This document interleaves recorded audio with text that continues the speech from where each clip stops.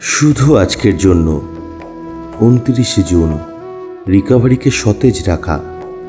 যে মেম্বাররা অনেক দিন নেশামুক্ত, তাদের জন্য আত্মতুষ্টি হলো এক বড় শত্রু।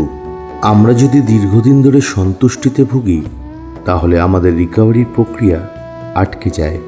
বেসিক টেক্সট, পৃষ্ঠা নাম্বার 80। প্রথম 2-1 বছর সুস্থ থাকার পর আমাদের অনেকেরই মনে হতে শুরু করে যে রিকভারিতে আর কোনো বড় ব্যাপার নেই। যদি আমরা 12 পদক্ষেপের কাজ মন দিয়ে করে থাকি, তাহলে অতীতের অনেকটাই মেনে নেওয়া গেছে এবং আমাদের ভবিষ্যৎ একটা শক্ত ভিত্তির উপর দাঁড়িয়েছে। জীবনটা যেমনভাবে আসছে তাকে সেইভাবেই মেনে নিতে শিখেছি। 12 পদক্ষেপের কাজ করার ফলে আমাদের কোনো সমস্যা শুরু হলেই আমরা সেগুলিকে সমাধান করতে সচেষ্ট হচ্ছি।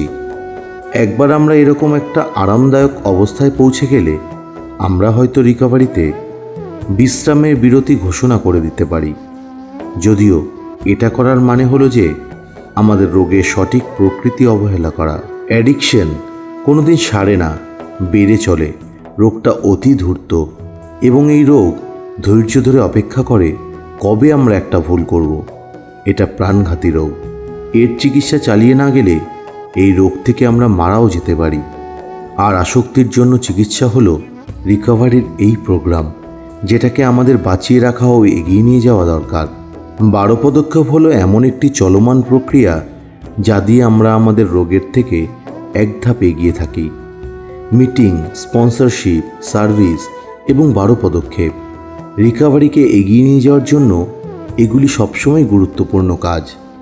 যদিও 5 বছর ক্লিন আর 5 মাসের ক্লিন টাইমে আমাদের প্রোগ্রাম পালন করার পদ্ধতি একই রকম নাও হতে পারে, কিন্তু তার মানে এটা কখনোই নয় যে প্রোগ্রামটা পাল্টে গেছে বা কম গুরুত্বপূর্ণ হয়ে পড়েছে। তফাৎ শুধু এই যে আমাদের উপলব্ধিগুলি পাল্টে গেছে ও অভিজ্ঞতা বেড়েছে। আমাদের রিকভারিকে সতেজ এবং জীবন্ত রাখার জন্য আমাদের সর্বদা প্রোগ্রাম পালন করার প্রতিটি সুযোগেই সতর্ক থাকা দরকার। শুধু আজকের জন্য আমার রিকভারির যাত্রায় বেড়ে উঠতে থাকার সাথে সাথে আমি আমার প্রোগ্রাম পালনের জন্য নতুন চেষ্টা করতে থাকব।